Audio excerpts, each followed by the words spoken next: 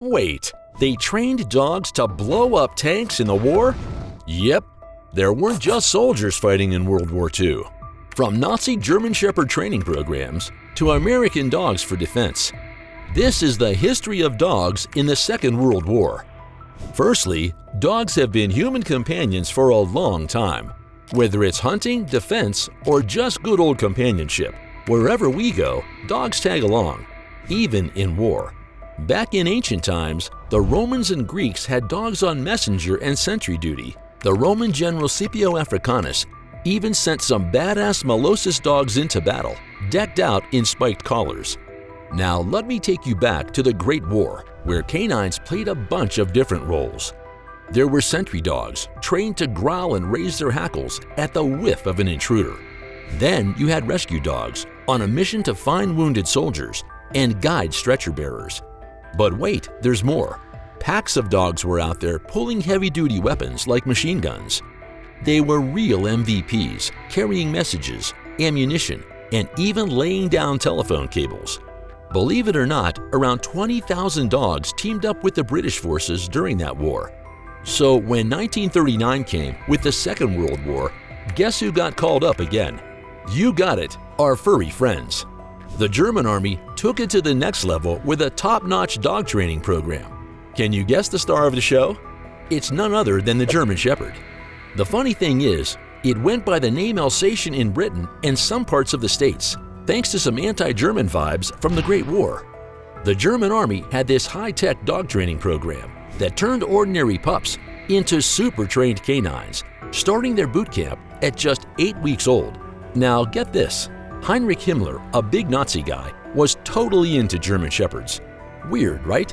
But wait, there's a dark side. The SS had their dog squads in concentration camps, using these seemingly cute dogs to catch prisoners trying to escape. Yikes! But here's the twist. Germans and Soviets loved German Shepherds. Around 40,000 of these awesome dogs served in the war, making it a pretty wild part of history. But some of these puppies were assigned dangerous tasks, like the infamous anti-tank dogs. They were dogs with mines attached to their backs, trained to get under tanks in battle and set off explosives. Tough to think about, right? This all started in 1935, with trials in 1939 to 40. Fast forward to Operation Barbarossa in 1941, and boom, these dogs made their debut. Reports vary, but in 1941, there were 3,000 anti-tank pooches ready. Of course, this system wasn't all that effective. Germans, though, saw them as more of a problem and started shooting any dog near their vehicles. By 1942, they were winding down, and in 1943, resources shifted to more practical ventures like training dogs to detect mines. The Brits and the Americans handled dogs in the war differently compared to the Germans and Soviets. The British, lovely as they are, weren't super ready. In 1941, they needed dogs to guard stuff, but had no plan. So they asked pet owners to lend a hand. Here's the tough part. Back in 1939, the British government worried people might share their food with pets. So they suggested sending pets away or putting them down. Some ads even recommended using a bolt pistol for a quick end. When the war started, panicked pet owners went to clinics, and sadly, a lot of pets, around 400,000 dogs plus pets, didn't make it. Now you'd think folks wouldn't be too thrilled with the War Office's 1941 plea for dogs in the war after that drama. But surprise, surprise, the public was all in.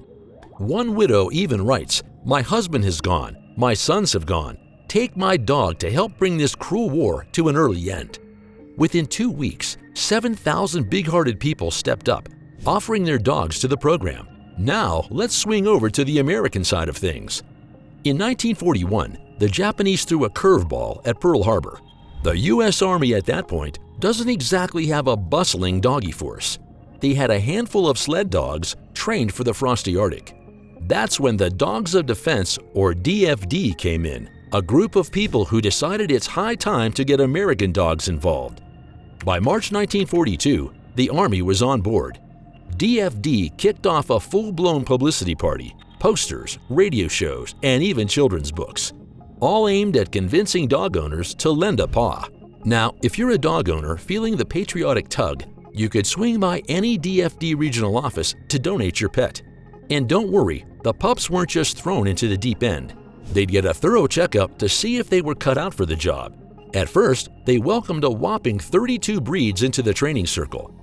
Fast forward to 1944, and the Army decided to streamline its dogs to just 7 breeds: German Shepherds, Doberman Pinschers, Belgian Sheepdogs, Siberian Huskies, Farm Collies, Eskimo Dogs, and Malamutes. By the time the war had ended, a whopping 18,000 dogs had enlisted through the DFD offices. And guess what these dogs had to go through before they were ready? Boot camp, baby! The pups kicked things off with obedience training. Following commands and signals was a must. Then it was all about mobile, jumping, crawling, swimming, and handling assault courses. They even got used to jeeps, wore gas masks, and the sound of gunfire. Like their human counterparts, these dogs moved on to specialized training. Now the Scouts. Off-leash heroes walked 30 to 40 yards ahead, keeping an eye out for any enemy surprises. And get this, each dog got not 1, but 2 collars, one for work and one for chill time. Smart, right? That way, they knew when it was time to get serious. Out of those 18,000 recruits, 10,000 aced their training and got the green light for service. These war dogs weren't just cute, some of them pulled off real heroics, ending up in the newspapers. The founder of the People's Dispensary for Sick Animals, or PDSA, Maria Dickens, CBE, saw this bravery and wanted to give these dog heroes the recognition they deserved. So in 1943, she came up with something awesome: the Animals Victoria Cross, also known as the Dicken Medal. Here are some legendary pups who received them. Starting with Chips, a mixed-breed German Shepherd and Husky who became a true canine legend. He joined Operation Torch in North Africa and in 1943 single-handedly took down an Italian pillbox during Operation Husky in Sicily.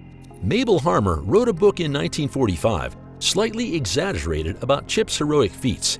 He became the most decorated dog of the entire war, earning a Purple Heart, Silver Star, and Distinguished Service Cross. Dogs like Chips and his medal-winning buddies were truly the exception.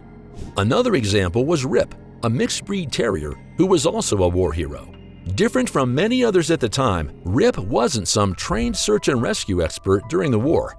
Nope, he was just a regular mongrel found wandering the streets of London by ARP warden Mr. E. King after an air raid in September 1940.